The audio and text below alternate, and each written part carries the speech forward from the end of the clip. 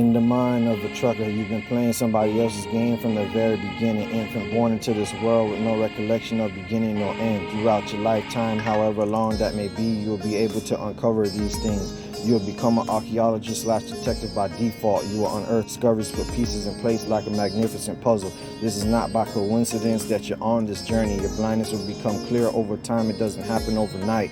The heart senses things isn't right. The weight becomes unbearable. If you're stuck in a place called denial, the conflicted mind ensues. Should you remain there to appease other people, or shall you remove yourself for your own sanity?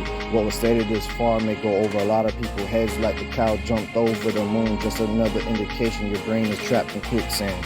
It's been long overdue for us all to break free. What's in the dark shall come to light. It's not lies, but truth that sets you free. We all have been lied to with peace far from sight. What is happening all around us is not the natural intention. If energy never dies and it only transfer, in essence, you're eternal. Imaginary change that was placed on our minds was orchestrated for our demise.